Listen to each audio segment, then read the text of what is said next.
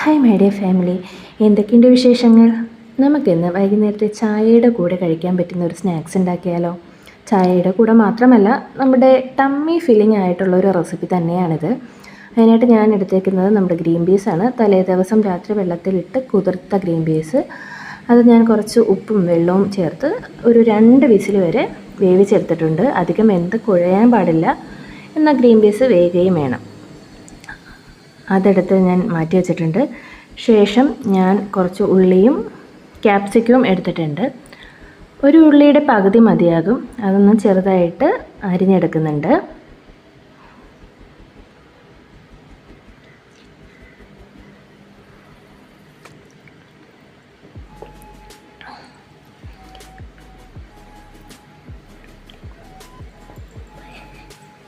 കാരണം ഞാൻ അരമുറി സവാള എടുത്തത് എനിക്ക് കുറച്ച് ഗ്രീൻ പീസ് മാത്രമേ ഞാൻ വേവിക്കാൻ വെച്ചിട്ടുള്ളായിരുന്നു, അതുകൊണ്ടാണ് കേട്ടോ.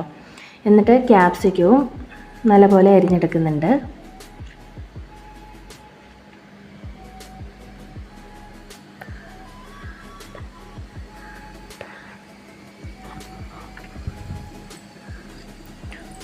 നന്നായിട്ടൊന്ന് ചോപ്പ് ചെയ്ത് വയ്ക്കണം ഉള്ളി.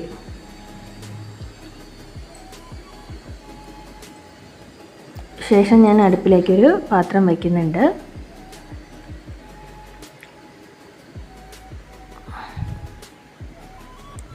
എണ്ണ ഒഴിച്ചു.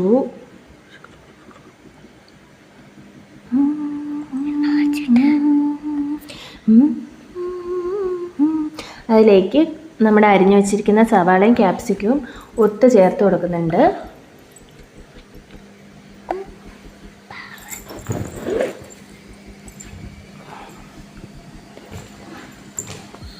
ശേഷം ഇത്തിരി ഉപ്പും കൂടെ ചേർത്ത് നന്നായിട്ടൊന്ന് വഴട്ടിയെടുക്കണം. കരിയെടുത്ത് വഴട്ടിയെടുക്കണം.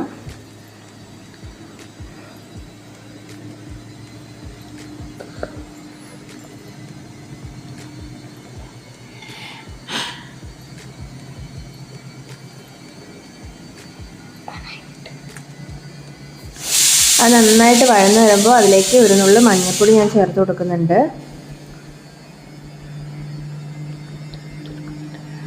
മഞ്ഞൾപ്പൊടി ഒന്ന് ചെറുതായിട്ട് ചൂടായി വരുമ്പോൾ കുറച്ച് ചിക്കൻ മസാല ചേർക്കുന്നുണ്ട്. നിങ്ങൾക്കത് വേണമെങ്കിൽ സ്കിപ്പ് ചെയ്തിട്ട് മുളക് പൊടി മാത്രം ഇടാം. ചിക്കൻ മസാലയും ഞാൻ മുളക് പൊടി ഇട്ടിട്ടുണ്ട്. അത് നന്നായിട്ടൊന്ന് വരട്ടിയെടുക്കണം. ആ പച്ച മണമെല്ലാം ഒന്ന് മാറുന്നത് വരെ ഒന്ന് വഴറ്റിയെടുക്കുക.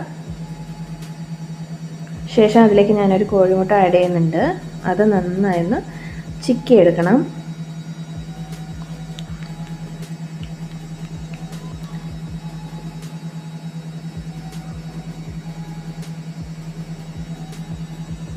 ഈ സമയത്ത് കുറച്ച് കറിവേപ്പിലയും കൂടെ ചേർക്കണം കേട്ടോ, ഞാൻ പറയാൻ മറന്നുപോയി. ശേഷം നമ്മൾ വേവിച്ച് വെച്ചിരിക്കുന്ന ഗ്രീൻ പീസ് അതിലേക്ക് ആഡ് ചെയ്യാം. എന്നിട്ട് നമ്മൾ നേരത്തെ തയ്യാറാക്കിയ മസാലയും ചേർത്ത് നന്നായിട്ടൊന്ന് യോജിപ്പിച്ചെടുക്കണം.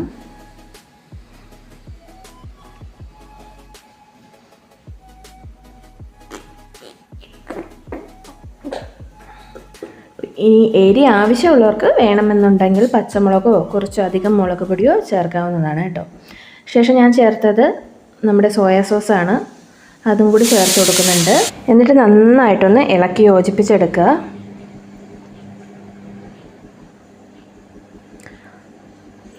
നല്ലൊരു ടമ്മി ഫീലിംഗ് ആയ ഒരു റെസിപ്പിയാണ് കേട്ടോ. ഇത് ഇങ്ങനെ തന്നെ കഴിച്ചാൽ മതി, നമ്മുടെ വയറ് നന്നായിട്ടൊന്ന് നിറയും. ശേഷം ഞാനടുത്തൊരു ബൗളിലേക്ക് മാറ്റുന്നുണ്ട്. വൈകുന്നേരം ചായയുടെ കൂടെയോ അല്ലെങ്കിൽ നമ്മുടെ മെയിൻ ബ്രേക്ക്ഫാസ്റ്റ് ആയിട്ട് തന്നെ നമുക്കിത് ഉപയോഗിക്കാം. എല്ലാവരും ഒന്ന് വീട്ടിൽ ട്രൈ ചെയ്ത് നോക്കണം. എല്ലാവർക്കും അത് ഇഷ്ടാവുകയും ചെയ്യും.